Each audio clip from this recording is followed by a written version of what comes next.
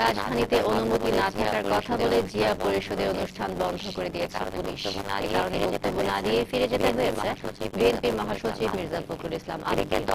এদিকে দলটির স্থায়ী কমিটির সদস্য হুঁশিয়ারি দিয়ে বলেছেন, বিনা চ্যালেঞ্জে একতরফা নির্বাচন করতে দেওয়া হবে।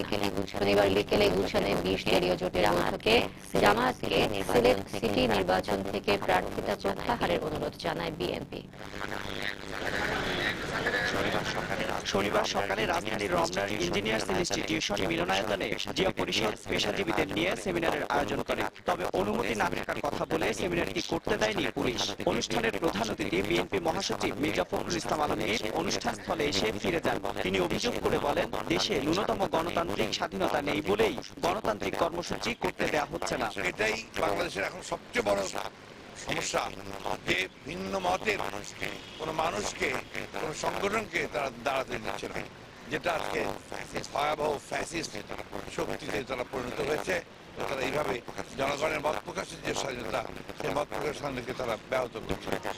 দুপুরে জাতীয় প্রেস ক্লাবে আয়োজিত এক আলোচনা সভায় বিএনপি নেতা ব্যারিস্টার মওদুদ আন্দোলন সফল করতে কর্মী সমর্থকদের মানসিক ও শারীরিকভাবে প্রস্তুত হতে বলেন। আমাদেরকে মানসিকভাবে এবং শারীরিকভাবে প্রস্তুতি নিতে হবে যে আমরা এবার এই 2014 সালে যে নির্বাচন হয়েছিল সেই নির্বাচন আমরা করতে দেব না। আমরা বিনা চ্যালেঞ্জে এবার নির্বাচন হতে দেব। বিকেলে বিএনপি চেয়ারপারসনের গুলশান কার্যালয়ে 20 দলীয় জোটের বৈঠক অনুষ্ঠিত হয়। অনুষ্ঠানে সিলেট সিটি কর্পোরেশন নির্বাচনে জোটের শরিক জামাতের প্রার্থিতা প্রত্যাহারের অনুরোধ জানায় বিএনপি। জামাত ইসলামী বলুন আর সাম্যবাদী দলই বলুন, সব আমরা এখানে এক। তবে আমরা প্রত্যাশা করি আজকে দেশের যে গণতান্ত্রিক যে মৃত্যু, সেই পরিস্থিতিতে জামাত ইসলাম সেটা অনুধাবন করবেন এবং 20 দলের অন্যান্য শরিক দল যারা আছেন তাদের সঙ্গে একমত হয়ে তারা ধানের শীষের প্রার্থী আরিফুর রহমানকেই সমর্থন করবেন। বিএনপি মহাসচিব আরো বলেন, প্রার্থিতা নিয়ে মত পার্থক্য থাকলেও জোটের মধ্যে কোনো ধরনের বিভেদ নেই। শরিক দলের মধ্যে কোনো বিভেদ নেই। এমআর আমিন, সময় সংবাদ, ঢাকা। আসছে 3 সিটি নির্বাচন আরো গ্রহণযোগ্য করতে নির্বাচন কমিশনকে সরকার সব ধরনের সহযোগিতা করতে প্রস্তুত বলে জানিয়েছেন আওয়ামী লীগের সাধারণ সম্পাদক ওবায়দুল কাদের। শনিবার দুপুরে সেতু ভবনে মার্কিন রাষ্ট্রদূত মার্শা ব্লুমবার্নিকাটের সঙ্গে বৈঠক শেষে তিনি একথা জানান। পরে মার্কিন রাষ্ট্রদূত জানান, বাংলাদেশের কাছ থেকে একটি অবাধ ও নিরপেক্ষ নির্বাচন প্রত্যাশা করে দেশটি। Government of Bangladesh hold free, fair, participatory. এর আগে আমরা গাজীপুর কিংবা খুলনার নির্বাচন দেখেছি। সামনে 3 সিটি নির্বাচনে যুক্তরাষ্ট্র বর্তমান সরকারের কাছে যতটা সম্ভব অবাধ, সুষ্ঠু ও অনিয়ম মুক্ত নির্বাচন প্রত্যাশা করে। It's true of all elections. Khulna সম্পর্কে তারা মন্তব্য করেছে, কিছু অনিয়মের বিষয়ে তারা বলছেন যাতে সামনের ইলেকশনগুলিতে যতটা সম্ভব অনিয়ম মুক্ত ইলেকশন করা নিয়ে তারা সরকারের অবস্থান জানতে চেয়েছে।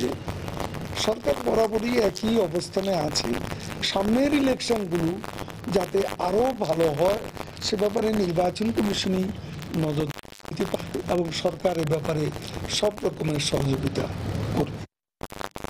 নির্বাচনী প্রচারণায় সরগরম রাজশাহী, সিলেট ও বরিশাল সিটি কর্পোরেশন এলাকা। পাড়া মহল্লায় ঘুরে ভোট প্রার্থনা করছেন মেয়র ও কাউন্সিলর প্রার্থীরা, দিচ্ছেন নানা প্রতিশ্রুতি। তবে দেখে শুনে প্রার্থী বেছে নেবে বলে জানিয়েছেন ভোটাররা। ব্যুরো প্রতিবেদকদের পাঠানো তথ্য ও ছবি নিয়ে রিপোর্ট। শনিবার সকালে সিলেট নগরীর কালীঘাট এলাকায় কর্মী সমর্থকদের নিয়ে প্রচারে নামেন আওয়ামী লীগ প্রার্থী বদরউদ্দিন আহমদ কামরান। পরে মহাজনপট্টি ও লালদিঘির পাড় এলাকায় গণসংযোগ করেন তিনি। একই সময়ে নগরীর দরগা গেট ও ঝর্ণার পাড় সহ বিভিন্ন এলাকায় প্রচার চালান বিএনপি মেয়র প্রার্থী আরিফুল হক চৌধুরী। মানুষ স্বতঃস্ফূর্তভাবে নৌকাকে ভোট দেওয়ার প্রস্তুতি নিচ্ছেন এবং সবকিছু মিলিয়ে একটি অত্যন্ত শান্তিপূর্ণ পরিবেশে প্রচারণা সকল প্রার্থীরা চালিয়ে যাচ্ছে। ভোটের মাঠে ওনাদের যে সংখ্যা, এটা তাদের একটা সংস্কৃতি হয়ে গেছে। সিলেটের জনগণ শান্তিপূর্ণ পরিবেশে নির্বাচন উৎসব পালন করতে যাচ্ছে। যদি কোন ধরনের যদিও সংখ্যায় কাজ করতেছে। রাজশাহীর সাহেব বাজারে একটি কমিউনিটি সেন্টারে সুজন আয়োজিত জনতার মুখোমুখি অনুষ্ঠানে অংশ নেন মেয়র প্রার্থীরা। এ সময় আধুনিক ও জনবান্ধব নগরী গড়ে তোলার প্রতিশ্রুতি দেন তারা। এর আগে নগরীর ৩০ নম্বর ওয়ার্ডের পশ্চিম বুথপাড়া এলাকায় দলীয় নেতাকর্মীদের নিয়ে প্রচার চালান আওয়ামী লীগ মেয়র প্রার্থী AHM খায়রুজ্জামান লিটন। নগরীর ২৮ নম্বর ওয়ার্ডের বাদুরতলা মোড় থেকে গণসংযোগ শুরু করেন বিএনপির মেয়র প্রার্থী মোসাদ্দেক হোসেন বুলবুল। এ সময় লিফলেট বিতরণ ও ভোট প্রার্থনা করেন তিনি। রাজশাহীর যে আস্থা ধানের শীষ, তার প্রতি অকুণ্ঠ সমর্থন দেখছি। এখানে একজন প্রার্থীর অসম বাজেটের ওপরে আজকে রাজশাহীর মানুষ অতিষ্ঠ হয়েছে। তার কালো মানি বা কালো টাকা কোথায় থেকে আসছে সেটি নিয়ে প্রশ্ন উঠেছে। বিএনপির প্রার্থী বা তাদের দলের নেতৃবৃন্দ যে কথাগুলি বলছেন সে কথাগুলি তাদের মন গড়া কাল্পনিক কথা, মিথ্যা ভিত্তিহীন অভিযোগ। এটি তারা খুলনাতে করেছেন, গাজীপুরে করেছেন, রাজশাহীতে করছেন, আরও দুই জায়গাতে বোধহয় করছেন। এটি তাদের মজ্জাগত অভ্যাস, দলীয় অভ্যাস। আগামী ৩০শে জুলাই অনুষ্ঠেয় সিটি নির্বাচনকে ঘিরে বরিশালেও মাঠ চষে বেড়াচ্ছেন মেয়র ও কাউন্সিলর প্রার্থীরা। নগরীর আমতলা, কাউনিয়া ও ভাতিখানা এলাকায় প্রচারণা চালান আওয়ামী লীগের মেয়র প্রার্থী সেরনিয়াবাদ সাদিক আব্দুল্লাহ। অন্যদিকে দলীয় নেতাকর্মীদের নিয়ে আবহাওয়া অফিস, ইচ্ছাকাঠি ও খ্রিস্টান কলোনি এলাকায় গণসংযোগ করেন বিএনপির মেয়র প্রার্থী মুজিবুর রহমান সরোয়ার।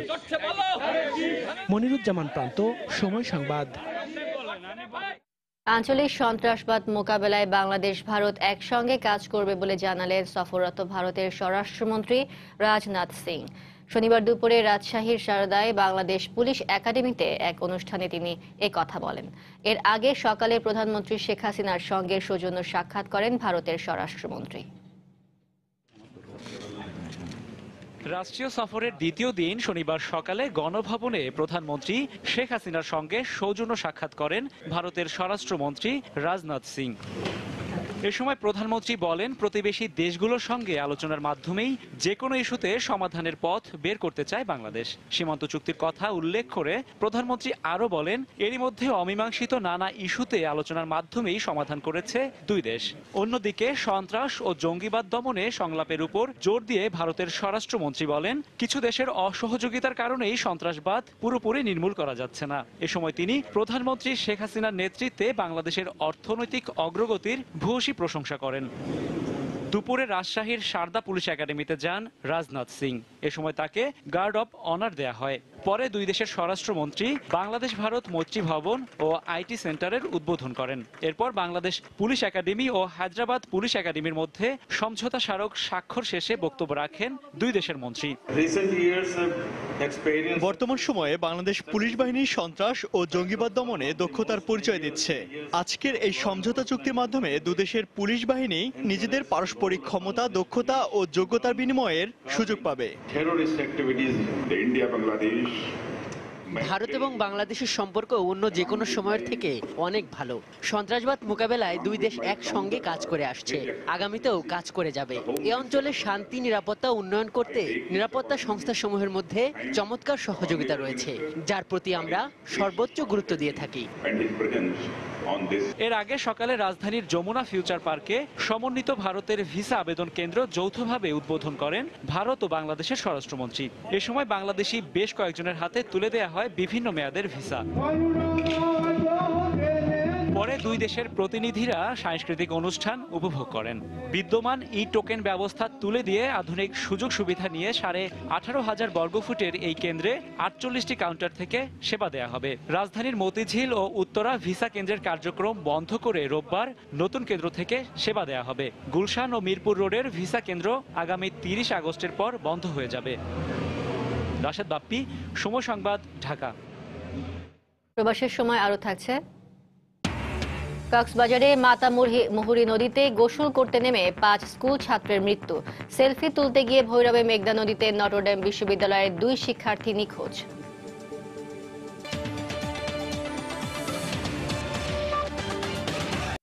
নারী টি-20 বিশ্বকাপ বাছাইয়ের খবর। বাংলাদেশ নারী দলের জয়রথ ছুটছে। বাছাই পর্বের ফাইনালে আয়ারল্যান্ডকে 25 রানে হারিয়ে চ্যাম্পিয়ন হয়েছে সালমা খাতুনের দল। আগে ব্যাট করে 9 উইকেটে 122 রান করে বাংলাদেশ। জবাবে পান্না ঘোষের ক্যারিয়ার সেরা 5 উইকেটে 97 রানে গুটিয়ে যায় আইরিশ মেয়েরা। টস হেরে ব্যাট করতে নেমে ওপেনিংয়ে 28 রান পায় বাংলাদেশ। শামীমা 16 রানে ফিরে যাবার পর শুক্তারা এগিয়ে নেন দলকে। দ্বিতীয় উইকেটে ফারজানার সঙ্গে তিনি 52 রান যোগ করেন। ক্যারিয়ার সেরা 46 রান করে দলীয় 88 রানে তিনি আউট হবার পর বিপর্যয়ে পড়ে বাংলাদেশ। 34 রান যোগ করতে আরও 6 উইকেট হারায় সালমার দল। শেষ পর্যন্ত 9 উইকেটে 122 রান করে বাংলাদেশের মেয়েরা। জবাবে দলীয় 8 রানে জয়সির উইকেট হারায় আয়ারল্যান্ড। পান্না ঘোষের বোলিং তোপে বড় জুটি গড়তে পারেনি তারা। লুইস দলের হয়ে সর্বোচ্চ 26 রান করেন। আইরিশদের ইনিংস থামে 97 রানে। 16 রানে 5 উইকেট তুলে নেন বাংলাদেশের পান্না ঘোষ। এই জয়ে চ্যাম্পিয়ন হিসেবে টি-20 বিশ্বকাপের মূল পর্বে খেলবে বাংলাদেশের মেয়েরা। 2014 সালের আগুন সন্ত্রাসের মতো আর কোনো পরিস্থিতি যাতে সৃষ্টি না হয় সে ব্যাপারে সজাগ থাকতে মুক্তিযোদ্ধাদের প্রতি আহ্বান জানিয়েছেন আওয়ামী লীগের সাধারণ সম্পাদক ওবায়দুল কাদের। শনিবার দুপুরে রাজধানীর গুলিস্তানে মহানগর নাট্যমঞ্চে মুক্তিযোদ্ধা সমাবেশে তিনি এই আহ্বান জানান। এ সময় সরকারের আরও 3 মন্ত্রী বলেন, মুক্তিযোদ্ধা কোটায় কোনো রদবদল করা হবে না। 2001 সালের পুনরাবৃত্তি ঠেকাতে হবে। 2014 সালের আন্দোলনের নামে সন্ত্রাস, অগ্নি সন্ত্রাস, এই চ্যালেঞ্জ মোকাবিলা করতে হবে। বাংলাদেশে সাম্প্রদায়িক অশুভ শক্তিকে আবারও পরাজিত করতে হবে। রাজাকার জঙ্গি জামাতকে বাংলাদেশের রাজনীতির থেকে চির বিদায় জানানোর জন্য প্রতিজ্ঞা করুন। উন্নয়নের পথে যেতে হলে মাননীয় প্রধানমন্ত্রী শেখ হাসিনার হাত আমি শক্তভাবে ধরেছি। আমি মুক্তিযোদ্ধাদের আহ্বান জানাবো, আপনারাও শেখ হাসিনার হাত শক্তভাবে ধরুন। সংস্কারের দাবি যদি হয় তাহলে মুক্তিযোদ্ধাদেরকে গালাগালি কেন, বঙ্গবন্ধুকে কটাক্ষ কেন? এর মধ্য দিয়ে প্রমাণিত হয় এটা কোনো সাধারণ ছাত্র আন্দোলন নয়। মদত দিয়েছে জামাত ইসলাম, বিএনপি, খালেদা জিয়া। তারা এইভাবে আজকে ছাত্রদেরকে বিভ্রান্ত করেছে। 30% কোটা বহাল থাকবে। যারা মুক্তিযুদ্ধের সফলতাকে অস্বীকার করেন, হলোকস্ট আইন বা জেনোসাইড ডিনায়াল ল প্রবর্তন করে, তাদের এই মুখ চিরদিনের জন্য বন্ধ করতে হবে। সুখ, শান্তি ও সম্প্রীতি বজায় রাখতে হলে আগামী নির্বাচনে আওয়ামী লীগকে ভোট দেওয়ার আহ্বান জানিয়েছেন খাদ্যমন্ত্রী অ্যাডভোকেট কামরুল ইসলাম। শনিবার দুপুরে রাজধানীর স্বামীবাগ ইসকন মন্দিরে রথযাত্রা উদ্বোধন করে তিনি এই আহ্বান জানান। এ সময় তিনি আরো বলেন, সবাইকে ঐক্যবদ্ধ হয়ে আগামীর বাংলাদেশ করতে হবে। নির্বাচনে আমরা আমাদের প্রিয় নেত্রী জননেত্রী শেখ হাসিনাকে আমাদের সেবক হিসাবে, আমাদের প্রধানমন্ত্রী হিসেবে আমরা দেখতে পারি। আবারও যাতে আমরা সবাই আপনাদের সেবা করতে পারি এবং একসাথে এই দেশ করার কারিগর হিসাবে আমরা সবার মধ্যে একটা সম্প্রীতির বন্ধন যাতে অটুট থাকে। আপনারা শ্রীকৃষ্ণ গান, জগন্নাথ দেবের গান, রাজপথে গান, ঘরে গান, যেখানেই গান, এই যে আপনাদের বন্দনার স্বাধীনতা, এই স্বাধীনতা যাতে অক্ষুণ্ণ থাকে, তার জন্য আগামী নির্বাচনেও আপনাদের সহযোগিতা চাই, ভোট চাই, আশীর্বাদ চাই, দোয়া চাই। মাননীয় প্রধানমন্ত্রীর জন্য দোয়া করবেন। এই বছরের হজ যাত্রার প্রথম দিনে হযরত শাহজালাল আন্তর্জাতিক বিমানবন্দর ছেড়েছে সরকারি ও বেসরকারি মিলিয়ে 10টি হজ ফ্লাইট। সবগুলো ফ্লাইটই নির্বিঘ্নে ছেড়ে যাওয়ায় সন্তোষ প্রকাশ করেন হজ যাত্রীরা। শনিবার নির্ধারিত সময়ের আগেই শাহজালাল আন্তর্জাতিক বিমানবন্দরে পৌঁছান হজ ফ্লাইটের সব যাত্রী। সবাই আমাদের জন্য দোয়া করবেন, ইনশাআল্লাহ আমাদের যাত্রা যেন শুভ হয়, মাবরুর হজ পালন করতে পারে সেই কামনা করব এবং দেশবাসীর জন্য আমরা দোয়া করব। স্বপ্ন ছিল, ইচ্ছা ছিল, এই পর্যন্ত আসছি। আশা করছি যে বাকি যাত্রা ভালো হবে। সকাল 7:55 119 জন হজ যাত্রী নিয়ে সৌদির উদ্দেশ্যে ছেড়ে যায় বাংলাদেশ বিমানের প্রথম হজ ফ্লাইট। এ সময় যাত্রীদের সঙ্গে কুশল বিনিময় করেন বেসামরিক বিমান পরিবহন ও পর্যটন মন্ত্রী ও ধর্মমন্ত্রী। দোয়া মোনাজাতের মধ্য দিয়ে তাদের জন্য শুভ কামনা জানান দুই মন্ত্রী। পরে হজযাত্রা নিরাপদ ও নির্বিঘ্ন করতে দুই মন্ত্রণালয়ের পক্ষ থেকে সব ধরনের প্রস্তুতি নেওয়া হয়েছে বলে জানান তারা। যাত্রা শতভাগ ত্রুটিমুক্ত হবে এই আশাবাদ ব্যক্ত করেন ধর্মমন্ত্রী। আমরা আশা করি আপনারা পরম করুণাময় আল্লাহ পাকের অসীম রহমতে সৌদি আরবে গিয়ে সকল হজ কার্যক্রম সুসম্পন্ন করে ভালোভাবে আবার দেশে ফিরবেন। ট্রাভেল এজেন্সির মাধ্যমে ওই রকম প্রতারণার শিকার হবে না, গ্যারান্টি দিলাম ইনশাল্লাহ। এবছর আমাদের কোনো রিস্ক নেই, আমরা সুন্দরভাবে কাজ করে যাচ্ছি, তবে আল্লাহর আপনাদের সহযোগিতা লাগবে। এর আগে ভোর 3:45 প্রায় 400 হজযাত্রী নিয়ে ঢাকা ছাড়ে সৌদি এয়ারলাইন্সের একটি ফ্লাইট। এদিকে দেশের বিভিন্ন প্রান্ত থেকে হজযাত্রীরা এসে জড়ো হচ্ছেন আশকোনা হজ ক্যাম্পে। এবার হজ ব্যবস্থাপনা নিয়ে সন্তোষ প্রকাশ করেন তারা। মক্কাতে বাড়ি ভাড়া বা সবকিছু ঠিকঠাক করা আছে, আর আমাদের হাজির কাছে সব পাসপোর্ট সব বুঝে দিয়েছি আমরা। এবং তো আল্লাহ আমাকে সহি সালামতে আনছে, কোনো সমস্যা আমার হয় নাই। সরকারি ব্যবস্থাপনা আমরা যাচ্ছি, এটা খুবই ভালো, খুব ভালো। আমরা সরকারকে ধন্যবাদ জানাই। 15 আগস্ট হজ ফ্লাইট শেষ হবে। এবছর বাংলাদেশ থেকে প্রায় 1,27,000 জন হজে যাবেন। আগামী 27 আগস্ট থেকে হজের ফিরতি ফ্লাইট শুরু হবে। হাবিবুল ইসলাম হাবিব, সময় সংবাদ, ঢাকা। এবার প্রবাসের খবর। সৌদি আরবের দাম্মামে সড়ক দুর্ঘটনায় 2 বাংলাদেশি নিহত হয়েছেন। আহত হয়েছেন আরও 3 বাংলাদেশি। বাংলাদেশ দূতাবাসের দ্বিতীয় সচিব ফখরুল ইসলাম জানান, শুক্রবার স্থানীয় সময় দুপুরে এই দুর্ঘটনা ঘটে। নিহতরা হলেন নরসিংদীর জামালিয়া কান্দির আবুল কাশেমের ছেলে মোহাম্মদ রবি এবং কালাই গোবিন্দপুরের জসিমউদ্দিন। আহতরা হলেন জামালিয়া কান্দির আবুল কাশেমের ছেলে মোহাম্মদ হাবিবুর, চম্পক নগরের আলী আহমদ এবং কালাই গোবিন্দপুরের জনি গাজী। আহতরা দাম্মামের একটি হাসপাতালে চিকিৎসাধীন রয়েছেন। মালয়েশিয়ায় দগ্ধ হয়ে চিকিৎসাধীন অবস্থায় মারা গেছেন নূর হোসাইন নামে এক বাংলাদেশি। শনিবার হাসপাতালে 40 দিন চিকিৎসাধীন অবস্থায় তিনি মারা যান। সে মুন্সিগঞ্জ উপজেলার জৈনুসার ইউনিয়নের বাসিন্দা বলে জানা গেছে। গত 4 জুন মালয়েশিয়ার সেলাঙ্গার প্রদেশের জায়া এলাকায় একটি কারখানায় কাজ করা অবস্থায় তার শরীরে আগুন ধরে যায়। পরে গুরুতর অবস্থায় তাকে উদ্ধার করে হাসপাতালে ভর্তি করা হয়। স্থানীয় সরকার, পল্লী উন্নয়ন ও সমবায় মন্ত্রী ইঞ্জিনিয়ার খন্দকার মোশাররফ হোসেন বলেছেন, প্রবাসী বাংলাদেশিরা বিদেশে বাংলাদেশের ভাবমূর্তি উজ্জ্বল করছেন। প্রবাসীদের পাঠানো বিপুল পরিমাণ রেমিটেন্স দেশের উন্নয়নে বিরাট ভূমিকা রাখছে। শুক্রবার নিউ ইয়র্কের জ্যাকসন হাইটসে যুক্তরাষ্ট্র আওয়ামী লীগ আয়োজিত এক অনুষ্ঠানে একথা বলেন তিনি। দলের ভারপ্রাপ্ত সাধারণ সম্পাদক আব্দুস সামাফ আজাদের পরিচালনায় সভায় সভাপতিত্ব করেন ভারপ্রাপ্ত সভাপতি শামসুদ্দিন আজাদ।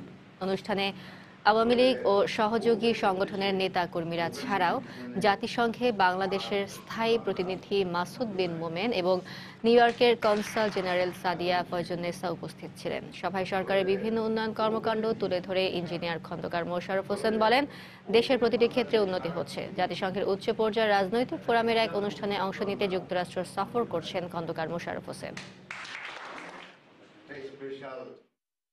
আমি প্রবাসী কল্যাণ মন্ত্রী হিসেবে এটা খুব গর্বের সাথে বলতে পারি যে বাংলাদেশ যেখানে যে অবস্থানে কাজ করছে অত্যন্ত সুনিপুণভাবে, অত্যন্ত নিষ্ঠার সাথে তারা কাজ করছে এবং প্রতিটি সরকার বাংলাদেশিদের উচ্ছ্বসিতভাবে করছে। বিএনপি চেয়ারপারসন বেগম খালেদা জিয়ার মুক্তির দাবিতে আরব আমিরাতে আলোচনা সভার আয়োজন করেছে সালাউদ্দিন টুকু মুক্তি পরিষদ। শুক্রবারের এই সভায় বক্তারা খালেদা জিয়ার পাশাপাশি যুবদল কেন্দ্রীয় কমিটির সাধারণ সম্পাদক সালাউদ্দিন টুকুরও মুক্তির দাবি করেন। আতাউর রহমানের সঞ্চালনায় সভায় সভাপতিত্ব করেন দুবাই যুবদলের সহ সভাপতি মোহাম্মদ সেলিম। এতে প্রধান অতিথি হিসেবে উপস্থিত ছিলেন আরব আমিরাত যুবদলের সভাপতি আনোয়ারুল আজিম রানা। এছাড়াও সভায় বক্তব্য দেন জাকির হোসেন, মাহবুব চৌধুরী সহ অনেকে। বক্তারা বিএনপি চেয়ারপারসন সহ সকল রাজবন্দীর মুক্তি দাবি করেন। দক্ষিণ আফ্রিকা ও মালয়েশিয়ায় বাংলাদেশ মুসলিম সোসাইটির ঈদ পুনর্মিলন ও ঈদ আনন্দ উদযাপন অনুষ্ঠানের আয়োজন করা হয়েছে। শুক্রবার দক্ষিণ আফ্রিকার জোহানেসবার্গ শহরের আয়না কনফারেন্স রুমে দিনব্যাপী এই অনুষ্ঠানের আয়োজন করা হয়। সোসাইটির সভাপতি মাওলানা গিয়াস উদ্দিনের সভাপতিত্বে এবং মুফতি কামাল ও হাফেজ জুনাইদের যৌথ সঞ্চালনায় স্বাগত বক্তব্য রাখেন সোসাইটির মহাসচিব হাফেজ জুনাইদ আল হাবিব। এদিকে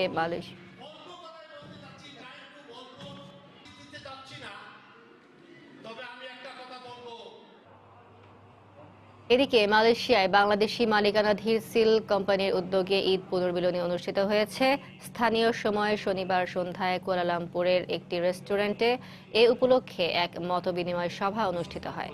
সভায় সভাপতিত্ব করেন সিল গ্রুপের পরিচালক ইঞ্জিনিয়ার মোহাম্মদ আমিনুল ইসলাম খোকন। এতে অতিথি হিসেবে উপস্থিত ছিলেন ইঞ্জিনিয়ার খায়রুল ইসলাম, আনোয়ার হোসেন, স্থানীয় ইঞ্জিনিয়ার স্যাঙ্গাই টানেল। প্রথম বর্ষপূর্তি উদযাপন করল নিউ ইয়র্ক থেকে প্রকাশিত বাংলা সাপ্তাহিক সন্ধান। এ উপলক্ষে শুক্রবার নিউ ইয়র্কের জ্যাকসন হাইটসে বর্ণাঢ্য অনুষ্ঠানের আয়োজন করা হয়। আমন্ত্রিত অতিথিদের সঙ্গে নিয়ে বর্ষপূর্তির কেক কাটেন সাপ্তাহিকটির সম্পাদক সঞ্জীবন কুমার। অনুষ্ঠানে বক্তব্য রাখেন 21শে পদকপ্রাপ্ত সঙ্গীত শিল্পী রথীন্দ্রনাথ রায়, স্বাধীন বাংলা বেতার কেন্দ্রের কণ্ঠযোদ্ধা শহীদ হাসান, চারুশিল্পী মতলুব আলী, সাংবাদিক মঞ্জুর আহমেদ ও ফজলুর রহমান। বাংলা ভাষা ও সংস্কৃতি টিকিয়ে রেখে প্রবাসে বাংলাদেশি কমিউনিটি বিনির্মাণে সংবাদপত্র অগ্রণী ভূমিকা পালন করেছে বলে বক্তারা উল্লেখ করেন। অনুষ্ঠানে উপস্থিত ছিলেন সাপ্তাহিক সন্ধানের প্রধান উপদেষ্টা কাজী জামান, প্রেসিডেন্ট সাইফুল আমিন সহ অনেকে। শিশুদের ভিটামিন এ প্লাস ক্যাপসুল খাওয়ানোর মধ্য দিয়ে সারা দেশে জাতীয় ভিটামিন এ প্লাস ক্যাম্পেইন পালিত হয়েছে। শনিবার সকালে চট্টগ্রামের কৈবল্যধাম এলাকায় ভিটামিন এ প্লাস ক্যাম্পেইন কার্যক্রম উদ্বোধন করেন সিটি মেয়র আজম নাসির উদ্দিন। এ সময় 6 থেকে 11 মাস বয়সী শিশুদের নীল ক্যাপসুল এবং 12 থেকে 59 মাস বয়সী শিশুদের লাল রঙের ভিটামিন এ প্লাস ক্যাপসুল খাওয়ানো হয়।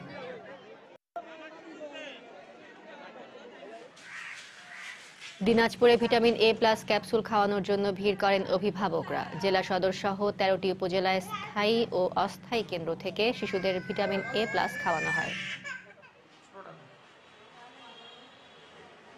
মেহেরপুরে শিশুদের ক্যাপসুল খাওয়ানোর মধ্য দিয়ে শুরু হয় জাতীয় ভিটামিন এ প্লাস ক্যাম্পেইন কার্যক্রম। এ সময় জেলা প্রশাসক সহ সদর হাসপাতালের চিকিৎসকরা উপস্থিত ছিলেন। এছাড়া রাঙ্গামাটি, ফেনী, চাঁদপুর ও নড়াইল সহ সারা দেশে একযোগে চলছে জাতীয় ভিটামিন এ প্লাস ক্যাম্পেইন কার্যক্রম।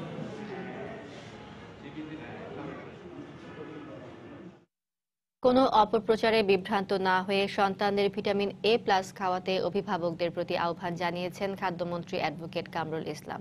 শনিবার সকালে কেরানীগঞ্জ উপজেলা স্বাস্থ্য কমপ্লেক্সে জাতীয় ভিটামিন এ প্লাস ক্যাম্পেইনের উদ্বোধনী অনুষ্ঠানে বক্তব্য রাখেন তিনি। একসময় ধর্ম ব্যবসায়ীরা এই ক্যাম্পেইনের বিরুদ্ধে অপপ্রচার চালিয়েছিল বলে মন্তব্য করেন খাদ্যমন্ত্রী।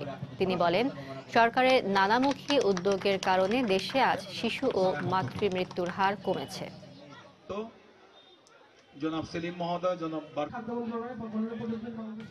কক্সবাজারে নদীতে গোসল করতে নেমে পানিতে ডুবে 5 স্কুল ছাত্রের মৃত্যু হয়েছে।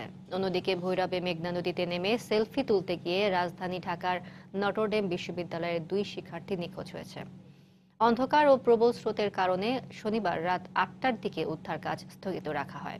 রোববার সকাল থেকে আবারও উদ্ধার কাজ শুরু হওয়ার কথা রয়েছে। এই ঘটনায় তাদের পরিবারে নেমে এসেছে শোকের ছায়া। ফায়ার সার্ভিস জানায়, শনিবার বিকেলে ব্রাহ্মণবাড়িয়ার আশুগঞ্জ ও ভৈরবের মধ্যবর্তী চরসোনা রামপুরে মেঘনা নদীতে নটরডেম বিশ্ববিদ্যালয়ের 7 শিক্ষার্থী নৌকায় চড়ে বেড়াতে যায়। এ সময় মেহরাব ও সানজিদা প্রাপ্তি নামের কম্পিউটার সায়েন্স অ্যান্ড ইঞ্জিনিয়ারিং বিভাগের 2 শিক্ষার্থী সেলফি তুলতে হাঁটু পানিতে নামে। পরে প্রবল স্রোতে পা পিছলে পানিতে তলিয়ে যায় তারা। এই ঘটনায় রাজধানী ঢাকার হাতিরঝিল থানায় সাধারণ ডায়েরি করেছেন মেহরাবের পরিবার। আমার ছেলেটাকে সকাল থেকে খুঁজেই পাচ্ছি না। আল্লাহ যেন আমার ছেলেটাকে ফিরে দেয়, আপনারা সবাই দোয়া করেন। জানি না আমার ছেলের কি হয়েছে। ওরা নাকি নদীতে নামছিল, মেঘনা নদীতে, ওখানে স্রোতে ভেসে গেছে। 7 জনেই নদীতে নামছিল, তো 5 জন উঠে আসছে স্রোতে, অনেক কষ্ট করে তারা 5 জন উঠে আসছে, আর 2 জন উঠতে পারে নাই। সকালে নাকি ও ইউনিভার্সিটির কথা বলেই বের হয়েছে যে ওর এক্সট্রা ক্লাস আছে, কিন্তু ওর মনে হয় না যে এ ধরনের কোনো ইয়ে ছিল, কারণ ওর সঙ্গে এক্সট্রা কাপড় ছিল। এদিকে শনিবার বিকেলে কক্সবাজারের চকরিয়ায় মাতামুহুরী নদীর পাশের চরে ফুটবল খেলতে যায় 6 শিক্ষার্থী। পরে ফুটবল খেলা শেষে নদীতে গোসল করতে নামে তারা। জোয়ার চলে আসায় হঠাৎ ডুবে যায় তারা। এ সময় স্থানীয়রা একজনকে জীবিত উদ্ধার করলেও নিখোঁজ হয় 5 শিশু। পরে ফায়ার সার্ভিস ও এলাকাবাসী অভিযান চালিয়ে একে একে 5 জনের মৃতদেহ উদ্ধার করেন। ইসমাত জাহান, সময় সংবাদ।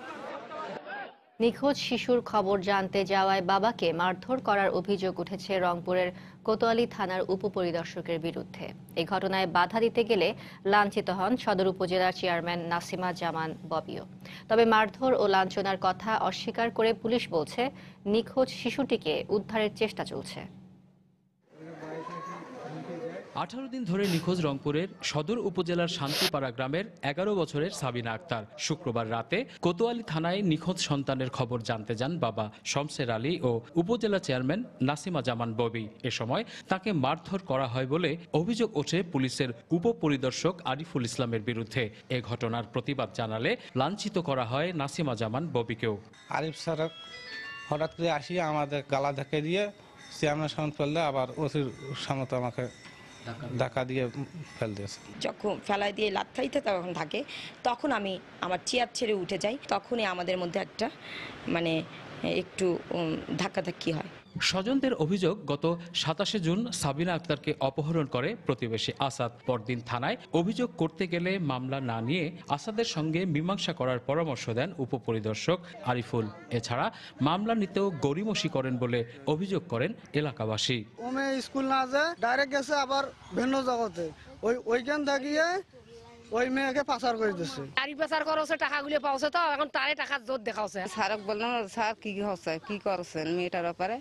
কছে আমরা কি তোমার মেয়েকে আমি অন্য হাতে তুলে দিছি, তোমার মেয়ে অন্য হাতে তুলে গেছে, আমার কি করে দেখান? তোমার মেয়ে তোমার নিজে খুঁজি পাই কেন? এদিকে ঘটনা অস্বীকার করে কোতোয়ালি থানার ভারপ্রাপ্ত কর্মকর্তা জানান, শিশু সাবিনাকে উদ্ধারে অভিযান চালাচ্ছেন তারা। মেয়েটিকে না খুঁজে আমাদের স্বার্থ কোথায়, পুলিশের স্বার্থ কোথায়? তো এটা নিয়ে একটু উচ্চবাচ্য হয়েছে। তো আসলে একটু ভুল বোঝাবুঝি ছিল। মারধরের ঘটনাটা, এটার কোনো সত্যতা নেই। নিখোঁজ সাবিনা আক্তার মমিনপুর বালিকা উচ্চ বিদ্যালয়ের 6ষ্ঠ শ্রেণীর শিক্ষার্থী। রতন সরকার, সময় সংবাদ, রংপুর। নানা আয়োজন আর উৎসাহ উদ্দীপনার মধ্য দিয়ে উদযাপন হলো সনাতন ধর্মাবলম্বীদের অন্যতম ধর্মীয় উৎসব রথযাত্রা। সনাতন ধর্ম মতে এ যাত্রায় মানুষের জন্য সুখ, শান্তি ও সম্প্রীতির আশীর্বাদ করা হয়। কড়া নিরাপত্তায় এ রথযাত্রায় অংশ নেন হাজারো মানুষ। দুপুরে রাজধানীর স্বামীবাগ আশ্রমে রথযাত্রার উদ্বোধন করেন খাদ্যমন্ত্রী অ্যাডভোকেট কামরুল ইসলাম। রথযাত্রা লোকারণ্য, প্রদীপ প্রজ্বলন আর মাঙ্গলিক শব্দচয়নে চলছে শ্রী জগন্নাথের আবাহন। মঙ্গল আরতিতে ব্যস্ত হাজারো ভক্ত, কখনো প্রণাম জানিয়েছেন ভক্তিতে, আবার কখনো নেচে গেয়ে আত্মহারা। দুপুর 2:30টায় রাজধানীর স্বামীবাগ মন্দির থেকে শুরু হয় বর্ণাঢ্য র্যালি। নারী পুরুষ সহ সব বয়সীরাই অংশ নেন এতে। গন্তব্য ঢাকেশ্বরী। জগন্নাথের সঙ্গে দীর্ঘ পথ পাড়ি দেয় যেন রথের মাহাত্ম্য। হরে কৃষ্ণ, সবাইকে আমি রথযাত্রার শুভ কামনা জানাচ্ছি এবং এটা আমাদের জন্য অনেক বিশেষ একটি অনুষ্ঠান। কিচ্ছিকে নিয়ে আসছি, ও দেখতে চাইছে। ভগবানের মাসির বাড়ি হচ্ছে ঢাকেশ্বরী মন্দির, ওখানে যাবে। জাতপাতের ভেদাভেদ ভুলে শক্তি আর ভক্তিতে একাত্ম হয়ে সামনে এগিয়ে যাবার প্রত্যয় ছিল র্যালিতে অংশ নেয়া সব বয়স মানুষের। জগন্নাথ স্বয়ং আমাদের রাস্তায় চলে আসে আমাদের দর্শন দেওয়ার জন্য। আমাদের ভক্তদের সকলের উচিত এই জগন্নাথকে দর্শন করা, এমনকি তিনি প্রসাদ দিয়েও কৃপা করেন। আমরাও জগন্নাথের সাথে এই আনন্দ উদযাপন করতে একসাথে সবাই রথে এসেছি। কোনো বিশৃঙ্খলা বা কোনো সমস্যা করে নাই। প্রত্যেকবারের মতো এবারও খুব সুন্দরভাবে সুষ্ঠু পরিবেশে এটা সম্পন্ন করব। শান্তি আর সম্প্রীতিতে পূর্ণ হোক হৃদয়, সুন্দর হোক পৃথিবী, এমনটাই প্রার্থনা ভক্তদের। সময় সংবাদ, ঢাকা। মাঠের অভাবে হারাচ্ছে এলাকা ভিত্তিক পুরনো সব খেলাধুলা চর্চার ক্লাব। এতে ভেঙে পড়ছে এলাকা ভিত্তিক বিনোদন কাঠামো। সংশ্লিষ্টরা বলছেন, বর্তমান প্রেক্ষাপটে এ ধরনের ক্লাব বাঁচিয়ে রাখা বড় চ্যালেঞ্জ, যার জন্য প্রয়োজন দীর্ঘমেয়াদী পরিকল্পনা। সেরিয়া সুলতানের রিপোর্ট। আমাদের উনিভান্ত মনে করেন খুব ভালো ছিল, আমাদের হ্যান্ডবল টিম ছিল, দাবা টিম ছিল, ফার্স্ট ডিভিশনের কাবাডি টিম ছিল, ফুটবল টিম। সবাই 50 তিনজনে গোলাপবাগের অনির্বাণ ক্লাবের খেলোয়াড়। মাঠের উপরে যখন বিল্ডিং হবে তখন থেকে মনে করেন যারা আমাদের ক্লাব রাখা সম্ভব হয়নি। 1975 থেকে 76-এর দিকে অনানুষ্ঠানিকভাবে যাত্রা শুরু ক্লাবটির। দীর্ঘ সময়ে এই ক্লাব থেকে উঠে আসে জাতীয় পর্যায়ের খেলোয়াড় ও 2002-এ বিলীন হয় ক্লাবটি। আমাদের এলাকায় প্রত্যেকটা ঘরে ঘরে একজন করে ক্রীড়াঙ্গনে লোক ছিল। আমি চাই নিজে ধরে নিয়ে আসতাম, 2টা ছেলে থাকলে একটা ছেলেকে খেলার মধ্যে দাও। আমাদের এখানে মোসলাদ্দি ভাই ছিল, সেলিম ছিল, গোলরক্ষক সেলিম, দলপুরের ছিল হানিফ, সালুয়া ছিল, সেন্টুয়া ছিল, ওরা সবাই আছিল, ভালো ভালো খেলোয়াড় ছিল। ব্রাদার্সে খেলতো, আবানিতে খেলতে আর গোলাপবাগে 4টি মাঠের মধ্যে আছে একটির অস্তিত্ব, সেটিও অব্যবহারযোগ্য। গত বছর দখল উচ্ছেদ করে এবছরের জুনে পুরো মাঠ এলাকাবাসীকে বুঝিয়ে দেওয়ার কথা থাকলেও ঠিকাদার প্রতিষ্ঠান পুরো মেয়াদে কাজ শেষ করেছে মাত্র 10%। আমাদের মাঠের ভিতরে 5%ও কাজ হয় নাই, আর 95% তারও পড়েই আছে। সারা মহল্লার ছেলে পেলে এই রাস্তায় খেলাধুলা করে, অনেক সময় মোটরসাইকেলে অ্যাক্সিডেন্ট হইতেছে। শুধু মাঠ নয়, ক্লাবগুলোকে বাঁচিয়ে রাখাও নানা কারণে চ্যালেঞ্জ হয়ে দাঁড়িয়েছে বলে মনে করেন ক্রীড়া উপমন্ত্রী। সংগঠক নামের যে মানুষরা এক নিবেদিত প্রাণ হিসেবে আমাদেরকে গড়ে দিয়ে গেছে, হ্যাঁ, তারা এই সমাজে আর কোনো কদর পায়নি বিদায় আমরা সকলকে হারিয়েছি বিদায় আজকে মাঠ নেই, ক্লাব হারালো ক্লাবের জৌলুস। অনেকের লক্ষ কোটি টাকা রয়েছে এই মাঠের জন্য বা এইসব বিষয়ে ক্লাবের জন্য প্রণোদনা দেওয়া, ইন্সপিরেশন করা, যে সে যদি উঠে আসতে পারে সেই দিক থেকে সবসময় একটু অবহেলার দৃষ্টি রয়েছে।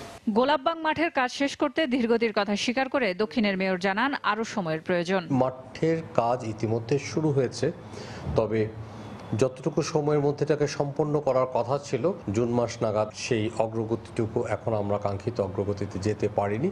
আমরা ডিসেম্বর পর্যন্ত আমাদের যে ঠিকাদার প্রতিষ্ঠান রয়েছে তাদেরকে আমরা সময় দিয়েছি। একই সাথে সবুজ ঢাকা প্রকল্প বাস্তবায়নে পার্ক ও মাঠগুলোকে খেলার উপযোগী করার পরিকল্পনার কথা জানান দক্ষিণের মেয়র।